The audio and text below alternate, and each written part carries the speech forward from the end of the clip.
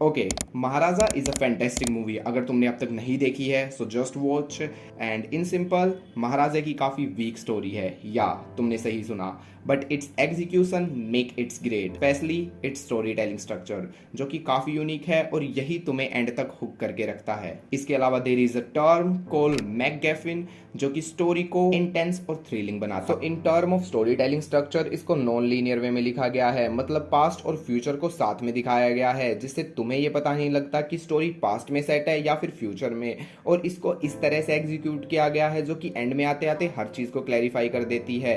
But सबसे पहले story start कहाँ से होती है और वो ऐसी कौन सी चीज है जिससे हम स्टोरी से हुक हो जाते हैं। सो इन सिंपल, सबसे पहले हमें विजय का कैरेक्टर दिखाया गया है, जो कि महाराजा नाम का एक कैरेक्टर प्ले करता है, जो कि स्टार्टिंग में आता है और डस्टबिन की रिपोर्ट डालता है।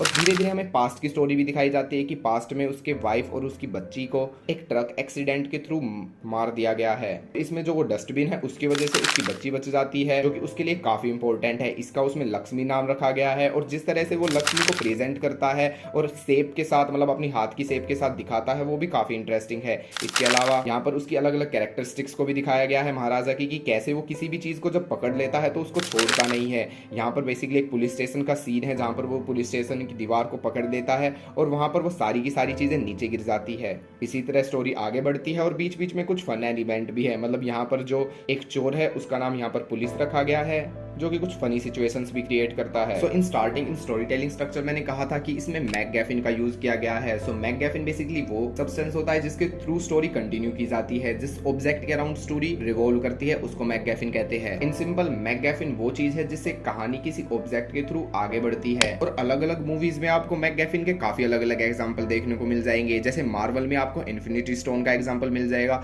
पल्प फिक्शन में ब्रीफ केस का एग्जाम्पल मिल जाएगा, और बाहुबली में इस मास्क का एग्जाम्पल मिल जाएगा, जिससे स्टोरी काफी आगे तक जाती है। और ढोल मूवी में प्रॉपर ये ढोल का एग्जांपल मिल जाएगा। तो इन्हीं ऑब्जेक्ट के थ्रू स्टोरी जब आगे बढ़ती है उसको मैकगैफिन कहते हैं। सेम विद महाराजा, इसमें डस्टबिन एक मैकगैफिन है जिसके थ्रू स्टोरी आगे कंटिन्यू होती है। और अगर तुम डिटेल में नोटिस करोगे तो यहाँ पर दो मैकगैफिन है। एक जो प्रेजेंट स्टोरी में महाराजा का कैरेक्टर है उसका मैकगैफिन है डस्टबिन, और एक तो दूसरी स्टोरी है जो कि पास्ट में चल रही है अनुराग कश्यप की, उसमें मैकगैफिन है गोल्ड चेन। और इस गोल्ड चेन का रेफरेंस तुम मूवी के एंड में भी देखते हो। तो ये तो था स्टोरी टेलिंग का स्ट्रक्चर, बट हमें इसके अलावा मूवी में फोरशैडोइंग का भी काफी यूज देखने को मिलता है। फोरशैडोइंग सिंपली फ्यूचर के इवेंट्स की हिंट पहले से ही दे देना। जैसे इसमें तुमने डॉक्टर के कैरेक्टर को देखा होगा जो कि स्टार्टिंग में था, और फिर उसके बाद हमें इसको मिड में भी देखने को मिला। और यहाँ पर अगर तुम नोटिस करोगे तो हमें स्टार्टिंग में ही दिखा दिया गया था कि महाराजा को डस्टबिन ढूंढना ही नहीं था, वो कुछ और ही तलाश कर रहा था। जैसे तुम यहाँ पर सीन्स में देख सकते हो कि उसने जैसे कहा था कि एक बंदा है जिसने चुराया है वो डस्टबिन, जिसके पीछे कान है, तो वो स्टार्टिंग से ही सब पुलिस वालों की बैक चेक कर रहा था कि किसके पीछे वो है। और बात करूं मैं प्रेजेंट में डस्टबिन, तो वो हॉस्पिटल में ही रखा था, इसकी बेटी के बेड के नीचे था वो। ओके, तो स्टोरी टेलिंग का यूज हो गया, फोरशैडोइंग का यूज हो गया, बट एट द एंड इस सिंपल सी और बेसिक स्टोरी को बेहतरीन बनाने के लिए इसका यूज किया कैसे गया। तो इसमें नॉन लीनियर स्टोरी टेलिंग को एग्जीक्यूट करने के लिए 3 टेक्निक का यूज किया गया है। साउंड, एक्शन, लाइटिंग, जहां पर 2 बेसिक साउंड को साथ में मर्ज किया गया है ताकि तुम्हें फील ही ना हो कि अलग अलग टाइमलाइन की स्टोरी है।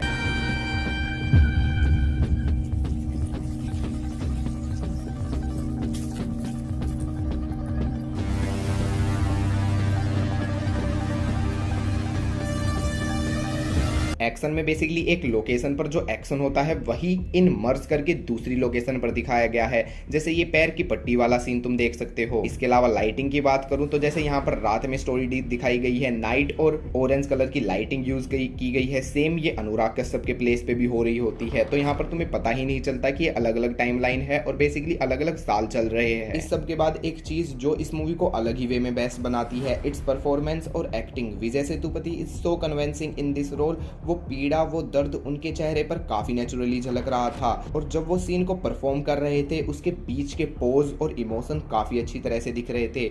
ही work so internalize in his role, जो कि स्क्रीन पर दिख ही रहा था। And the very important performance, जिसको मैं देखकर शॉक हो गया था, अनुराग कश्यप। मतलब सीरियसली ये काफी बेस्ट परफॉर्मेंस थी। उनकी बॉडी मूवमेंट, उनके जेस्चर, उनकी बॉडी लैंग्वेज काफी ऑथेंटिक लग रही थी। And specially last 10 minutes he killed it. वो दर्द, वो टेंशन फील होती है, and and may be that's why हम एंडिंग में काफी अजीब महसूस करते हैं। देन एक पर्टिकुलर सीन जिसको मैं डिस्क्राइब तो नहीं कर सकता, बट इसको देखकर मुझे फील हो गया था कि विजय सेतुपति का कैरेक्टर कुछ न कुछ तो अनुराग के कैरेक्टर से छुपा रहा है, जो कि उनके चेहरे पर झलक गया था। और ये सिर्फ अच्छी एक्टिंग की वजह से ही हो पाया, क्योंकि बिना किसी डायलॉग के मैं फील कर पाया था कि कुछ न कुछ तो यहाँ पर गड़बड़ है और कुछ छुपाया जा रहा है। Last and final point is its ending and why its feel so different.